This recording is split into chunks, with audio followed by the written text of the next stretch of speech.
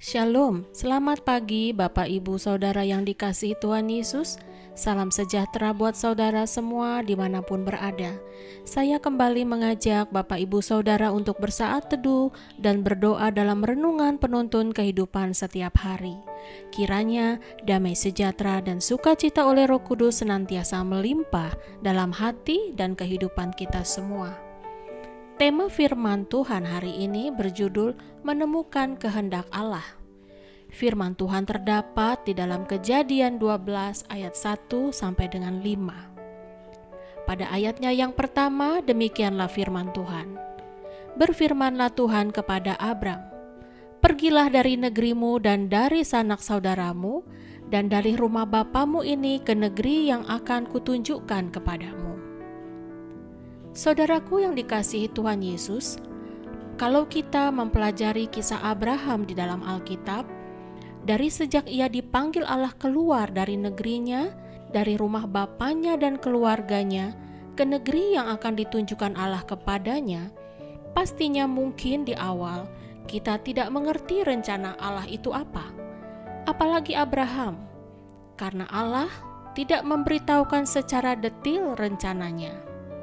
Allah hanya memberitahukan bahwa Allah akan menjadikan Abraham menjadi bangsa yang besar. Tetapi apa yang kemudian kita ketahui dan kita pelajari dari sikap Abraham atau respon Abraham terhadap panggilan Allah ini? Alkitab mencatat di ayat keempat, "Lalu pergilah Abram seperti yang difirmankan Tuhan kepadanya." Saudaraku, langkah pertama untuk menemukan kehendak Allah dalam hidup kita ialah kita harus bergerak ketika mendengar suara Allah. Bagaimanakah caranya kita mendengar suara Allah?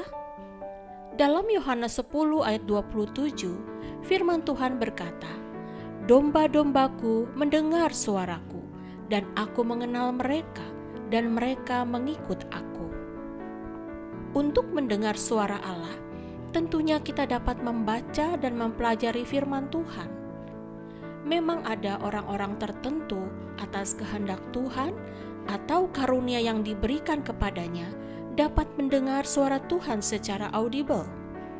Tetapi prinsipnya, jika kita merenungkan firman Tuhan dan melakukannya dengan setia, bahkan dari hal-hal kecil setiap hari, maka Tuhan akan mempercayakan hal-hal besar kepada kita. Kemudian, hal kedua yang dilakukan Abraham untuk menemukan kehendak Allah adalah ia berkomunikasi dengan Tuhan. Kejadian 12 ayat 7 berkata, "Ketika itu Tuhan menampakkan diri kepada Abram dan berfirman, 'Aku akan memberikan negeri ini kepada keturunanmu.' Maka didirikannya di situ mezbah bagi Tuhan yang telah menampakkan diri kepadanya." Pada waktu itu, Abraham sudah tiba di dekat Sikem. Dan ketika Abraham melanjutkan perjalanannya lagi di dekat Betel, pada ayatnya yang ke-8, kita membaca di sana Abraham kembali mendirikan mezbah bagi Tuhan. Kadang-kadang, dalam proses perjalanan mengikuti tuntunan Tuhan, hidup kita bukanlah tambah mudah, saudara, tetapi seringkali tambah sulit. Bahkan kita sering mendengar perkataan, "Kok ikut Tuhan Yesus bukannya tambah enak, malah tambah sulit ya?" Jadi saudaraku, betapa pentingnya kita membangun mezbah bagi Tuhan setiap hari.